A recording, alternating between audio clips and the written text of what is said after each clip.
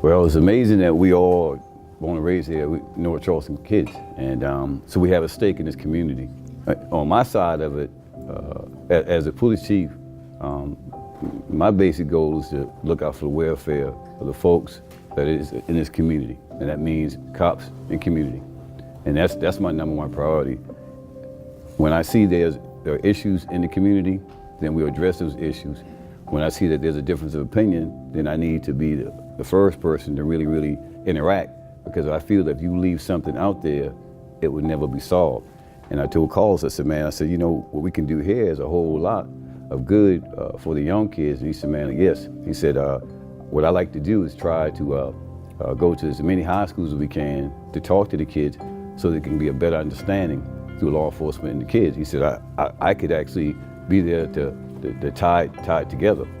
And then he says, well, let's talk about it when he's in off season. And you know the NFL season is kind of short in some ways. So then when Faison and I were talking, and he stated that what he wanted to do, I said, listen, man, we have a plan, and there, let's get the action on it, and here we are. With what's going on nowadays, and all the communities around the world, the disconnect between the police officers as well as the youth, we can't have that, because we all hang around the same playing ground. We grew up on the same playing ground. We're from the same area. Majority of the time, police are born and raised in the same community that they're working in. So we need to bridge the disconnect of what's going on in those situations where they have to do their job and you want to be a kid or you want to do whatever you're doing, and what's right and wrong. Being from my hometown, with all that going around in the world and here in the locker room, because you got everybody from all these communities being affected by it.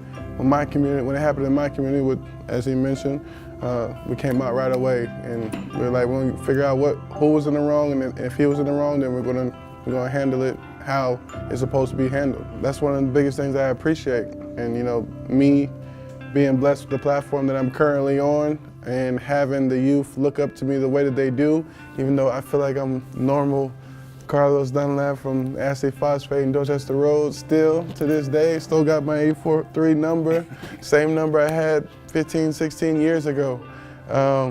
But I just want to use the platform for the betterment of the community, because this is my home, this is where I would love to raise my family as well, even though I ventured off and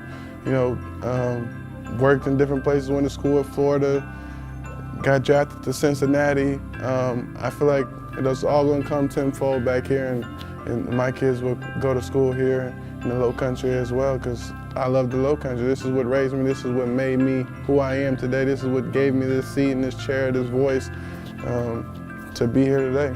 You have a all-pro football player. You have a first black chief of police of the city of North Charleston Police Department, but they both had the same vision, and they wanted to put that vision down for the future, for this generation to have a good, lasting place to ensure that they have what is available for them.